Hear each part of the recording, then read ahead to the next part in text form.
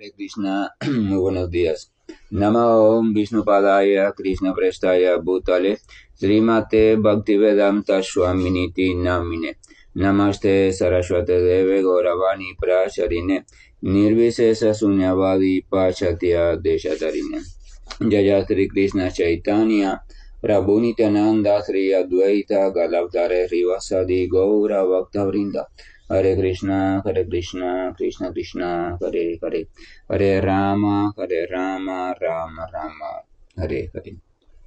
Hare Krishna reiterados, continuamos con lecturas y reflexiones de textos del Bhagavad Gita, recordando que estamos en el capítulo número 16, que en este caso lleva por nombre la naturaleza divina y la naturaleza demoníaca. De hecho, si el Señor permite, hoy debemos terminar ya los últimos dos textos del capítulo número 16, o sea, el texto número 23 y el texto número 24. Vamos a recordar que durante todo este capítulo el Señor se ha dedicado a describir la naturaleza o cualidades o características que distinguen a aquella entidad viviente, en este caso ser humano, que está guiado por la tendencia divina y el que está guiado por la tendencia o naturaleza demoníaca. Decíamos que esto de las naturalezas es una cuestión que pertenece al plano de conciencia material. Realmente en el mundo espiritual no hay ni naturaleza divina ni naturaleza demoníaca, simplemente hay la naturaleza original de parte integral, consciente, amorosa al servicio del Señor Supremo. Las dualidades, porque aquí encontramos dos dualidades, divino y demoníaco. Las dualidades existen simplemente y solamente en el plano de conciencia material. Esto es importante, muy importante comprenderlo, porque a veces uno en la confusión confunde, no, el alma tal es divina, el alma tal es demoníaca. No, el alma no es divina ni demoníaca. El alma es siempre la misma, parte integral del Señor Supremo, energía interna del Señor Supremo que se encuentra en una posición marginal, o sea, tiene la tendencia a caer en ilusión o tiene la tendencia simplemente a caer en lo contrario, o sea, en su verdadera conciencia espiritual. Entonces, de acuerdo a la dirección que tome o el plano en el que se sitúe, disculpen, la conciencia de la entidad viviente, entonces se le clasifica, no, está en un estado demoníaco, está en un estado divino, pero todo eso es relacionado a sus actividades, forma de pensar, etcétera, etcétera, en el plano de conciencia material. Entonces, en el último texto, el Señor Krishna decía lo siguiente, o había dicho lo siguiente, el último texto que habíamos leído. El hombre que se ha escapado de esas tres puertas del infierno, oh hijo de Kunti, ejecuta actos que conducen hacia la autorrealización y de ese modo alcanza gradualmente el destino supremo. Vamos a recordar que esas tres puertas eran la lujuria, la ira y la codicia. El Señor había dicho en el texto número 21 que esas tres puertas conducen al famoso infierno o a la degradación progresiva hasta el grado máximo de degradación. Y entonces, por tanto, en este texto el Señor dice que el que se ha escapado de esas tres puertas, entonces ejecuta, o sea, se dedica a actividades que conducen hacia la autorrealización y de ese modo alcanza gradualmente el destino supremo. También decíamos o recordábamos que las actividades que conducen hacia la autorrealización son las llamadas actividades prescritas o actividades que están en la modalidad de la bondad. Vamos a recordar que autorrealización en este contexto significa realizarme, o sea, llegar a comprender y llegar a existir tal y como lo que yo soy en verdad. Si algo es un pez, que se comprenda como pez y exista como pez.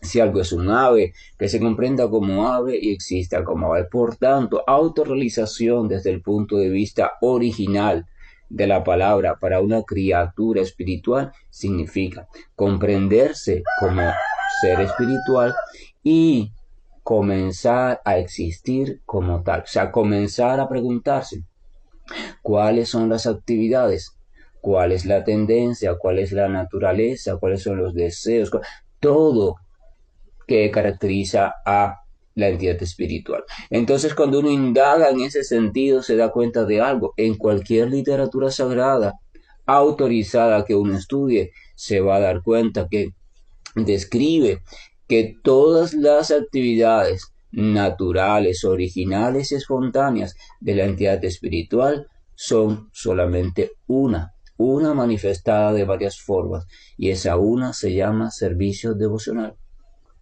La actividad original y natural de la entidad viviente espiritual en su estado original, valga la redundancia, es el servicio devocional amoroso y espontáneo, consciente, la suprema personalidad de Dios.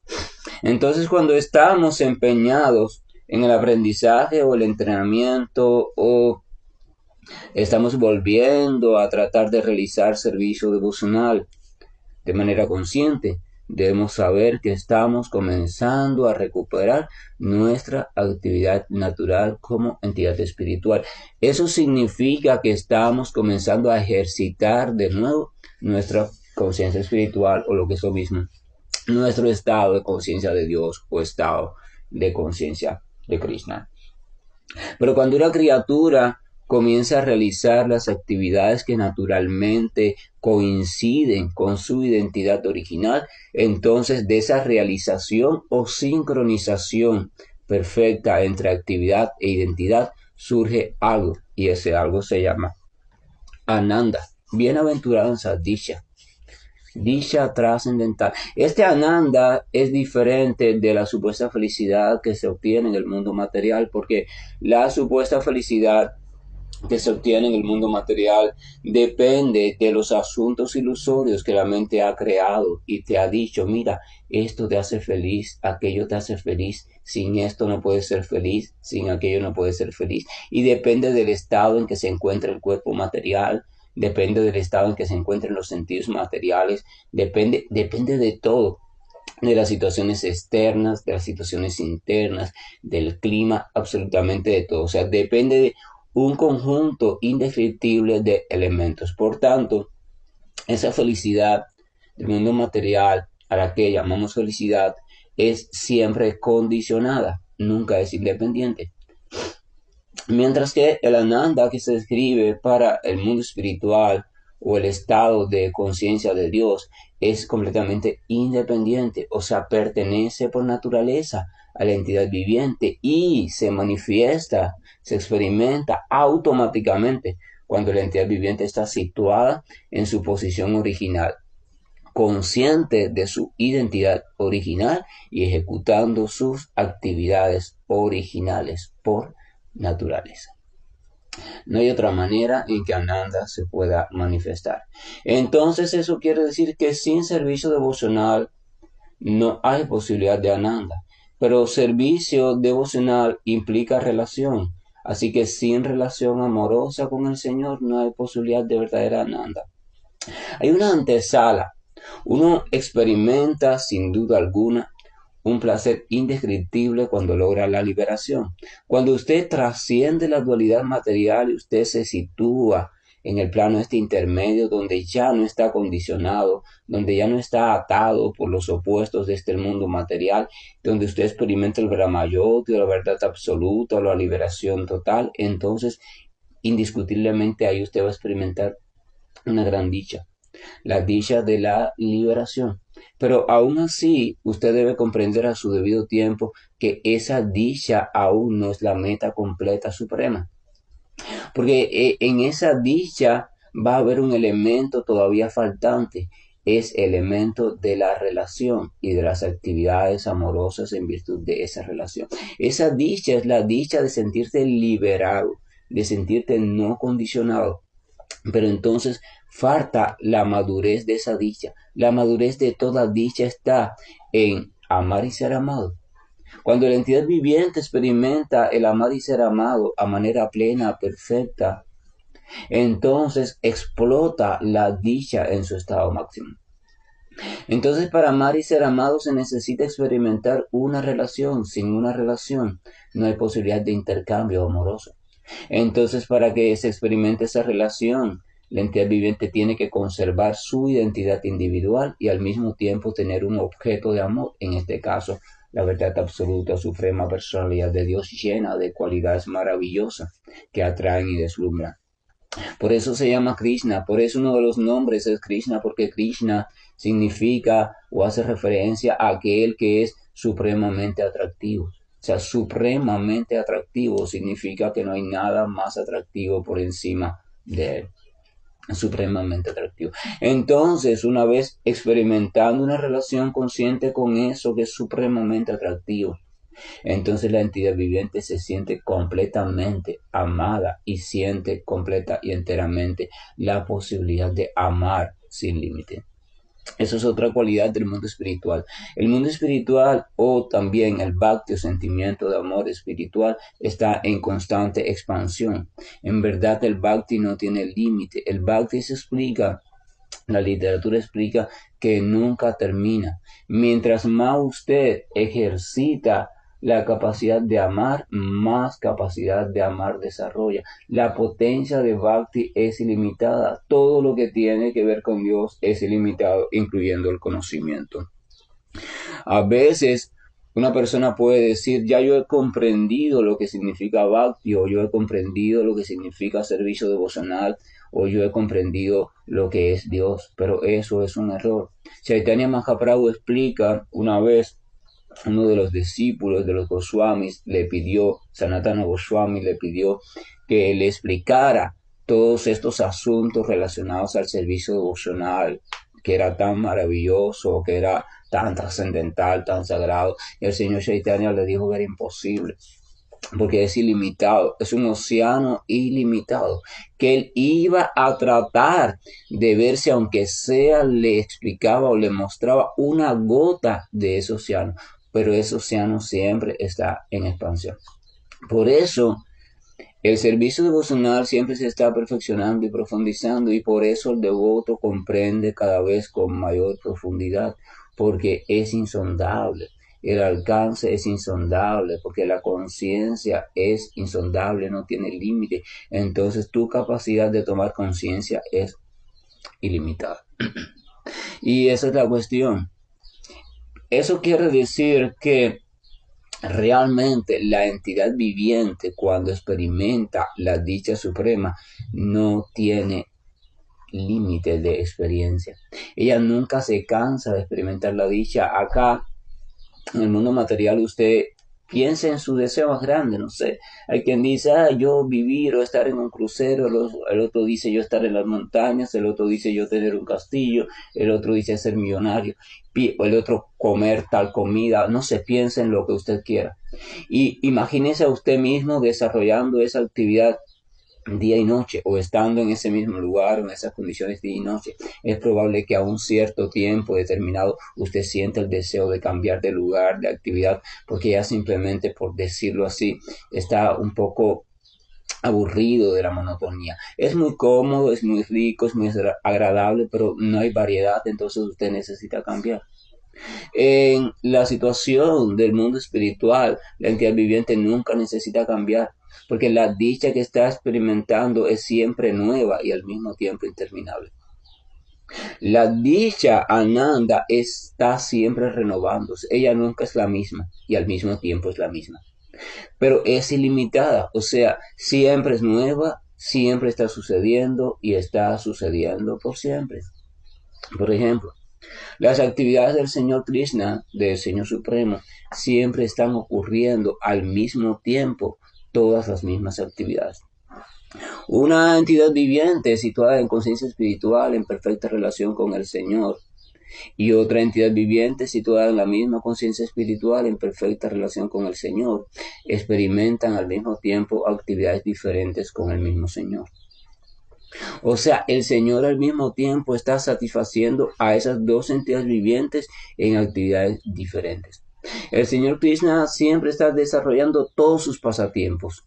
Él está en un mismo instante desarrollándose como un niño en Brindavana, desarrollándose como en la batalla de Kurukshetra, desarrollándose en Dwaraka con las reinas, desarrollándose así o sea, todos los pasatiempos están pasando constantemente al mismo tiempo y uno se podría preguntar cómo es eso, es imposible, como que todas las actividades van a estar pasando siempre al mismo tiempo. Si usted intenta comprender eso, usted va a arrebatar de la cabeza, usted se va a volver loco o loca. No intente comprender al Señor. Pero siempre todas sus actividades están ocurriendo eternamente al mismo tiempo. Es una cosa, todo sucede al unísono. Entonces eso permite que cada entidad viviente purificada esté experimentándose en la actividad que más le agrada a ella. Hay personas o entidades vivientes elevadas que tienen la tendencia, por ejemplo, de admirar al Señor cuando está en su faceta de áuriga, o sea, en la batalla de Kurukshetra o cuando está participando en ciertas batallas. Entonces, esa entidad viviente siempre está sumergida en una conciencia de participación en las batallas con el Señor. Esa entidad viviente siempre está disfrutando de eso porque es el aspecto del Señor que más ella admira.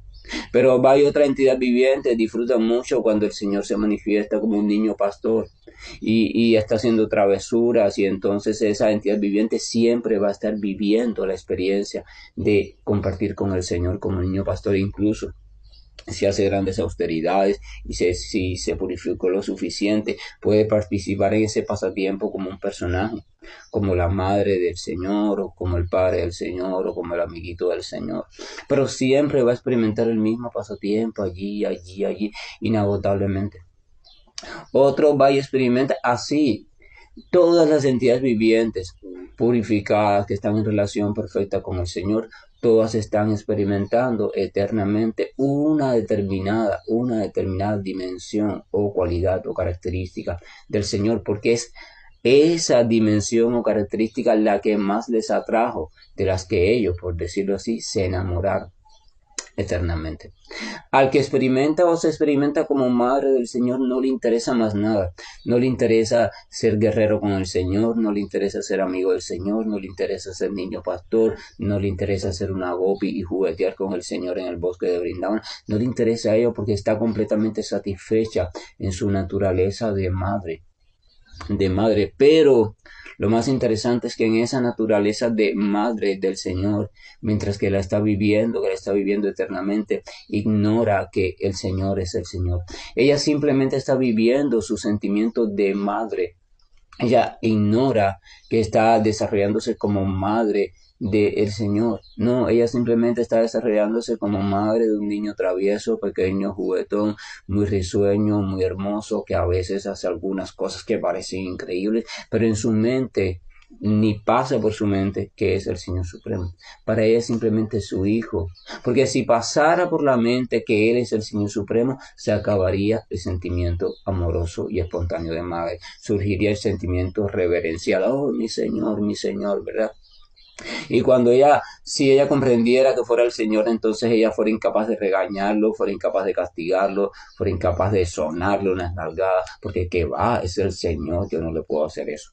Por eso Yogamaya, la potencia interna del Señor, cubre la conciencia de sentir viviente para que ella viva simplemente su amoroso sentimiento de madre y no pueda ver con claridad que esa otra criatura es la manifestación perfecta del Señor.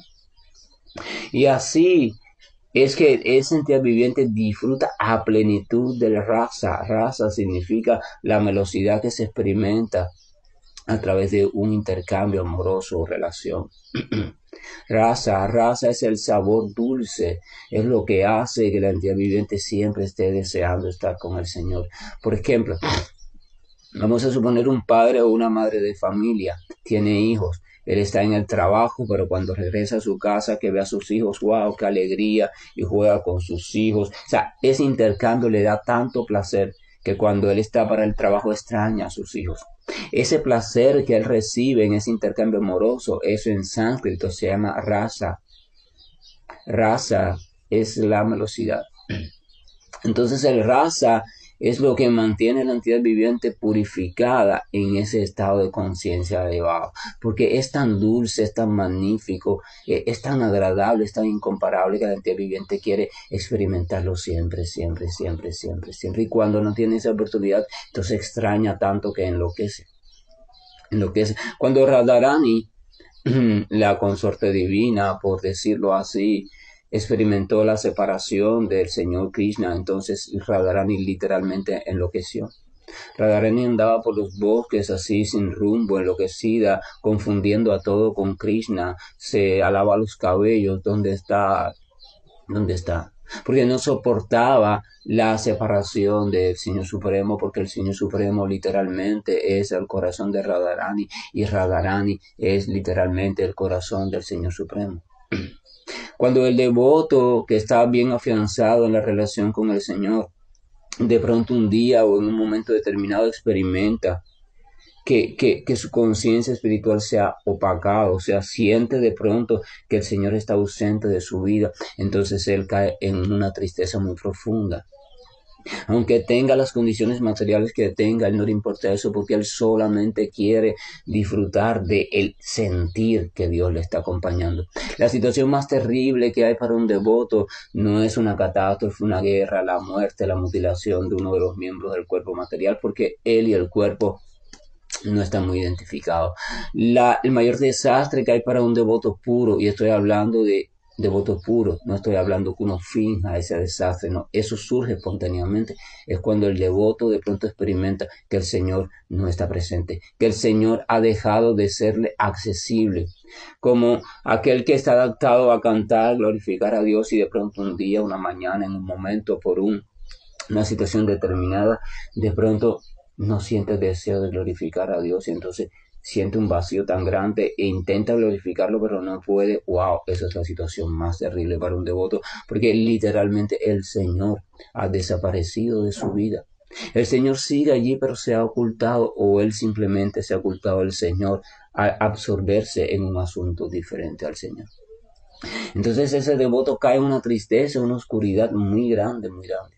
Dice la literatura védica que el Señor permite que eso suceda, porque cuando el Señor se ausenta, entonces eso hace que tú lo extrañes más, y al extrañarlo más, lo deseas más, y al desearlo más, cuando te lo vuelves a encontrar, entonces tu amor crece más. Así es como crece la planta del Bhakti. Señor se presenta en tu vida y no se presenta y se presenta y no se presenta y tú lo extrañas cada vez más y cada vez más y cada vez que te lo reencuentras creces en amor y cada vez que te los reencuentras creces en amor. Eso lo podemos ver en nuestra vida cotidiana. A veces estás lejos de un ser muy querido y cuando al fin lo vuelves a reencontrar, se quieren unir en un abrazo, la alegría es indescriptible, quieren hacer una fiesta, quieren todo. O sea, ese es el mecanismo y así va expandiéndose en el mundo espiritual, Bhakti, en la relación con el Señor. Entonces, el texto número 22 decía que la persona que se ha escapado de aquellas tres puertas, o sea, la lujuria, la ira y la codicia, entonces ejecuta actos que conducen hacia la autorrealización. O sea, su comportamiento, su conducta se vuelve favorable según las escrituras, y de ese modo esa persona alcanza gradualmente, habíamos hecho énfasis en la palabra gradualmente, el destino supremo. ¿Cuál es el destino supremo? Volver a su posición original, como entidad o parte integral de la suprema personalidad de Dios y dedicarse eternamente al servicio devocional. El texto 23 dice, aquel que hace a un lado las disposiciones de las escrituras y actúa según sus propios caprichos, no consigue ni la perfección, ni la felicidad, ni el destino supremo. Ahora está hablando el Señor Krishna de el otro extremo. Habló del que quien ha escapado de la lujuria, la ira y la codicia, se dedica a actos o conductas favorables que conducen a la autorrealización. Estas conductas están en las escrituras, son las que recomienda en los maestros espirituales. Y dice que de ese modo, sea actuando así, comportándose así, con paciencia, sinceridad y determinación, va alcanzando el destino supremo. Perfecto.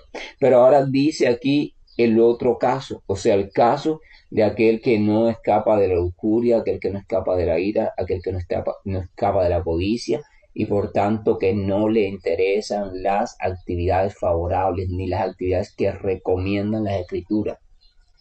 Vamos a recordar que a ese tipo de personas no le interesan ni Dios, ni la escritura, ni eso de la autorrealización, ni el tema de crecer, ni siquiera crecer como ser humano, porque ellos simplemente están ubicados en cómo obtengo más placer, cómo puedo tener más y más placer y más placer y más placer y más placer.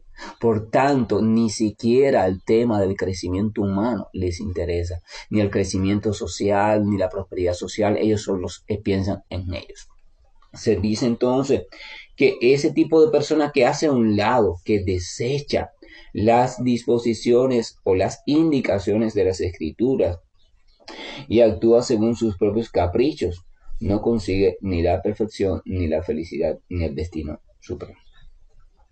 Entonces Krishna está diciendo, mira, cuando alguien simplemente desecha las indicaciones perfectas y maravillosas que se han recogido para que el ser humano vaya aumentando, vaya avanzando en el camino de la felicidad verdadera. Cuando alguien hace caso omiso de eso, entonces simplemente no puede llegar a ningún lado realmente saludable ni favorable para esa persona. Aquí menciona tres cosas, tres metas: la perfección, la felicidad, el destino supremo. Puede que a muchas personas no les interese eso de la perfección porque no les interesa perfeccionarse ni como ser humano ni como criatura espiritual. Puede que a muchas personas no les interese eso del destino supremo porque de hecho no utilizan, ni creen, ni dan importancia al término supremo. Pero hay una cosa que sí les interesa a todos y está mencionada aquí, es la felicidad. Tu entidad viviente está deseando, anhelando, buscando, tratando de obtener la felicidad y conservarla por el mayor tiempo posible y hacer todo lo posible por no perderla. Y para eso se están inventando infinitos de métodos, conductas, cosas que van desde lo más externo hasta lo más mental y lo más elaborado. Pero sin embargo el Señor dice que aquel que no se preocupa por obtener el conocimiento y seguir una guía adecuada y actuar conforme a la inteligencia que hay expuesta en las escrituras sagradas o escrituras reveladas, dice que aquel tampoco puede obtener felicidad. Pueden obtener un conjunto de emociones, cosas así, estímulos que en un momento dado te absorben y te hacen creer que eres completamente feliz, pero vas a ver que a los segundos, a los minutos, a las horas o a los días, ya eso pasó, no está. Volviste a ser infeliz y entonces necesitas volver a ver cómo experimentas de nuevo eso que supuestamente te hizo feliz, pero ese tipo de vida no es felicidad porque es agonía. Realmente es agonía. Primero te va causando apego, después lujuria, ira, frustración, tristeza, cosas así, pensamientos malvados, porque cuando no tienes la posibilidad de disfrutar de eso, entonces empiezas a pensar de manera oscura cómo lo puedes obtener al precio que sea necesario. Y entonces se te va yendo el tiempo, porque mientras va pasando todo esto, el tiempo de tu vida como ser humano se te va escapando y sabes que un día va a sonar la alarma, pipit, pipit, pipit, se le acabó el tiempo. Y entonces en ese momento no vas a estar listo, porque vas a estar extrañando aquello que construiste, aquella familia tan hermosa, tu empresa tan próspera, tu cuenta bancaria, tus no sé cuántos viajes al Caribe o a no sé dónde, tus anhelos, tus no sé cuántas mujeres, tus no sé cuántos hombres, tus no sé cuántas copas de vinos, vas a estar extrañando tantas cosas que no vas a querer vivir la muerte, o sea, no vas a querer morir, pero lamentablemente tienes que hacerlo porque no depende de ti. Y la ley del karma, la autoridad del karma se va a encargar de ello. Y entonces tendrás que ser colocado de acuerdo al cuerpo mental que tú mismo fuiste construyendo. No es culpa de nadie, es total responsabilidad tuya, no le eches las culpas a Dios. Hay veces que las personas dicen por qué Dios era tan malvado, mira, o si Dios existiera, por qué yo nací en tales condiciones. No, no metas a Dios en eso, Dios, por decirlo así, ni sabe de eso, es tu propia construcción. Pero no sabes eso porque nunca te dedicaste al conocimiento, eres ignorante. Pero debes comprender que tú estás construyendo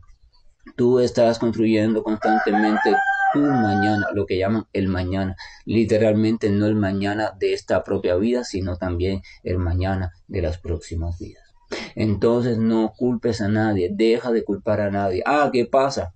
Cuando ese mañana se manifieste, se van a necesitar la combinación de varios elementos, situaciones, personas y otras entidades vivientes. Y tú les vas a poder decir, ustedes son los culpables. Pero esas entidades vivientes también están siendo manipuladas por la ley del karma, por propias actividades también que ellas desarrollaron. Es como un juego de ajedrez.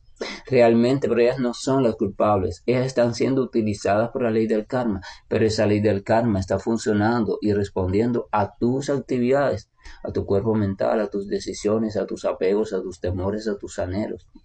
Allí está. Entonces, comprender cómo funciona esa ley del karma es una cosa fundamental incluso para aquel que no le interese la trascendencia, aunque a usted no le interese la espiritualidad, porque la ley del karma no es espiritual, la ley del karma es una ley material. Aunque a usted no le interesa la espiritualidad, pero de seguro sí le interesa vivir de la forma más cómoda posible, más tranquila posible, ¿verdad? Entonces estudie la ley del karma.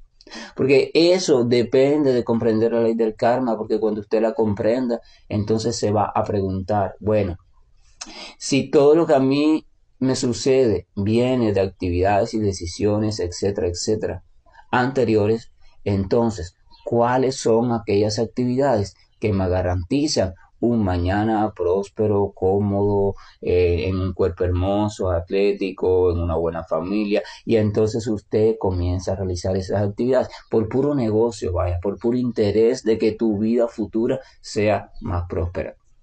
Eso es simplemente, fíjense, ahí no hay interés espiritual.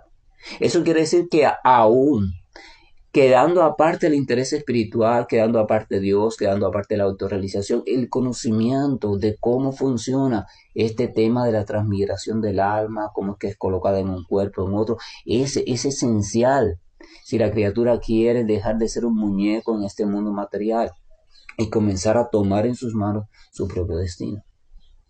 Entonces el conocimiento, lo mire usted por donde lo mire, es necesario, imprescindible. De lo contrario, la entidad viviente es como, dice el Srimad Bhagavatam, como un pedazo de palo arrastrado por la corriente del tiempo. A veces lo tira contra una orilla, a veces lo tira contra otra orilla del río o del riachuelo, a veces lo hunde, a veces lo saca y así. Y en ese estado lamentable no puede haber felicidad posible. Así que la felicidad tampoco es posible para aquellas personas que hacen a un lado las escrituras. Entiéndese por escritura el conocimiento, aquellas personas que no le interesa el conocimiento. Y vamos a recordar que conocimiento no es información.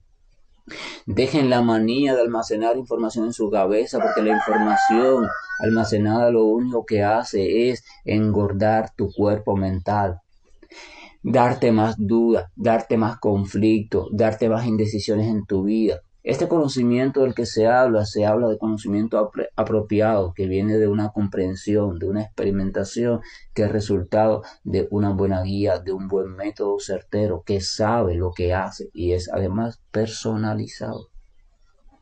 Entonces no hay posibilidad. Si en el texto anterior decía que las personas que se escaparon de la lujuria, la codicia y la ira se dedican a actividades favorables, aquí dice que las personas que siguen en ese camino de codicia, lujuria e ira, entonces echan a un lado las escrituras. Ellos piensan que pueden ser felices por sí mismos. Ellos piensan que pueden alcanzar alguna meta suprema por sí mismos, según sus caprichos, pero eso es un terrible error.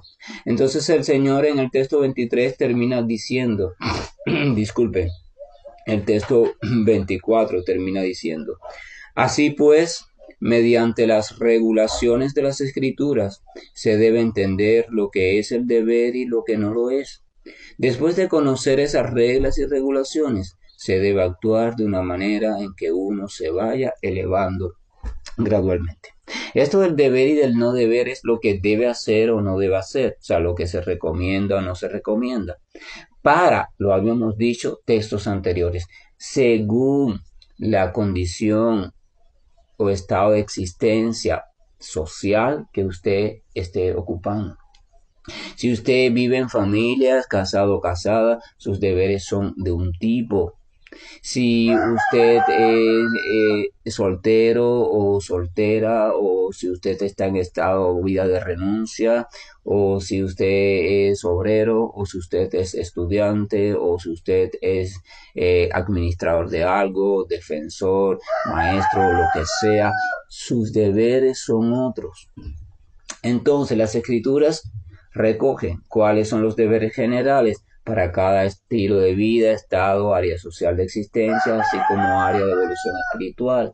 ¿Cuáles son los deberes? Y entonces esa persona se debe ocupar en cómo introducir, cómo dedicarse a esos deberes para que su vida, desde el área específica en la que se encuentre, pueda irse purificando de un modo progresivo y natural, y así se va acercando cada vez más a una felicidad creciente, se va acercando cada vez más a la meta suprema y se va acercando cada vez más al conocimiento perfecto, hasta que al final se sitúa de manera natural en la modalidad de la bondad, y desde esa modalidad puede comprender lo que significa el alma, lo que significa Dios, y puede entonces comenzar a preocuparse por cómo revivir la relación amorosa y consciente con el Señor Supremo, o lo que es lo mismo, el servicio devocional. O sea, entonces ese es el proceso de manera general, pero para ese proceso es necesario el conocimiento. ¿Cuáles son esas actividades que en mi caso, en el mío particular,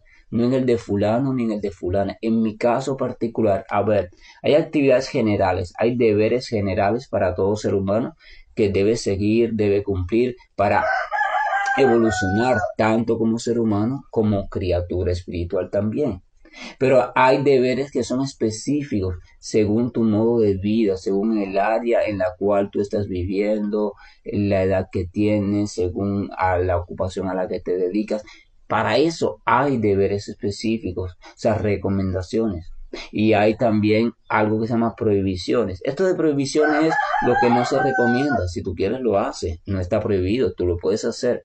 Vamos a tomar la palabra prohibición como aquello que no se recomienda. Si más o menos tratas de comprender y guiar tu vida en base a lo recomendado y tratar de alejarla de lo no recomendado, entonces el Señor Krishna afirma que esa persona se va dirigiendo de manera certera, de manera progresiva hacia el éxito, tanto como ser humano como criatura espiritual. Entonces dice que uno debe actuar de manera en que uno se vaya elevando gradualmente. Esa es la recomendación. La recomendación es: organiza tu vida de tal manera, adquiere conocimiento tal que te permita llevar un estilo de vida donde poco a poco cada uno de tus comportamientos, palabras y pensamientos, relaciones, etcétera, etcétera, dentro de tus posibilidades, dentro de nuestras muchas imperfecciones, nos vayan permitiendo elevarnos, o sea, mejorar y no empeorar y no degradarnos. No se dé el lujo de morir siendo el mismo ser humano que era, ni se dé el lujo de morir siendo un ser humano más degradado. Propóngase al menos como meta, y cuando la muerte llegue, que usted no sabe cuándo llegará, usted al menos haya dado un pasito evolutivo. Propóngase eso como meta, aunque sea para su beneficio en la próxima vida, pero aún así para el bien social, porque entonces usted dejará un buen ejemplo para los que vienen detrás. Fíjense, eso no tiene que ver nada con la espiritualidad, es una meta completamente humana, una meta completamente material. Al menos eso, propóngase eso. José Martí, por acá, el héroe nacional de Cuba, en su pensamiento, ¿verdad?, decía que uno debería al menos dejar un buen ejemplo, dejar una buena obra, porque eso sirve de referencia, porque siempre va a haber alguien que va a decir: mira, se puede vivir de esa manera, y va a querer imitar tu ejemplo, ¿verdad? Entonces si usted ve un poquito más allá y un poquito más lejos, bueno, también proponte entonces tratar de acercarte cada vez más a tu posición real como entidad espiritual, y perfecto, encamínate en ese sentido. Pero si no ves hacia ahí, si todavía no estás listo para eso, entonces al menos preocúpate por crecer, dar un pasito como ser humano, pero para eso incluso también tienes que comprender qué es lo que se debe y qué es lo que no se debe. Ahí vienen las regulaciones. Lo quieras o no quieras, evolución, cambio favorable, necesita regulaciones, porque cambiar significa transformar y transformar implica regular ciertas cosas. Eso es necesidad y introducir otras y eliminar otras. Es un camino, se sabe que es trabajoso, pero con perseverancia, disciplina, buena guía, sinceridad y sobre todo con oración constante se logra. Que la gracia y el amor del Señor nos alcancen, que sintamos su presencia y compañía, y que en aquellos momentos en que no sintamos esa presencia y compañía tengamos la certeza de que Él sigue allí, y entonces busquemos en nuestro corazón su presencia, porque si lo buscamos con atención, sinceridad y quietud, de seguro Él se nos mostrará. Sentiremos de nuevo el impulso de continuar el camino, recibiremos fuerzas renovadas y nuestros ojos verán un poquito más allá de donde antes o hasta donde antes veían. Nunca piensen que las dificultades nos pueden impedir nuestro verdadero avance. Realmente las dificultades son resultados de cosas kármicas, nada más que eso. Comprenda eso. Cuando una dificultad llega a su vida, usted piense, este es el resultado de algo anterior. Entonces simplemente este resultado tiene un tiempo. Todo resultado está diseñado para un tiempo. Así que usted simplemente, mientras que ese resultado, esa dificultad va sucediendo en su vida, usted trate de perseverar en lo que debe hacer, en mantener su práctica, en mantener el pensamiento. En ese momento le va a ser más difícil porque usted está pasando una mala situación. Pero si usted recuerda que esa situación simplemente va a pasar en algún momento y usted sigue cumpliendo con sus deberes a pesar de la situación, entonces usted se va a mantener. Y cuando ese tiempo desfavorable termine, usted va a salir más fortalecido. No fortalecido desde el punto de vista humano de la resistencia, sino fortalecido desde el punto de vista de la comprensión, el conocimiento, la fe y sobre todo la confianza y el refugio en nuestro Señor. Hare Krishna, buen día, y estoy finalizando la llamada. Hare Krishna, Krishna Krishna, Hare Hare, Hare Rama, Rama Rama, Hare Hare. Hare Krishna, Krishna Krishna, Hare Hare, Hare Rama, Rama Rama, Hare Hare. Hare Krishna, Krishna Krishna, Hare Hare, Hare Rama, Rama Rama, Hare Hare. Hare Krishna, Krishna Krishna, Hare Hare,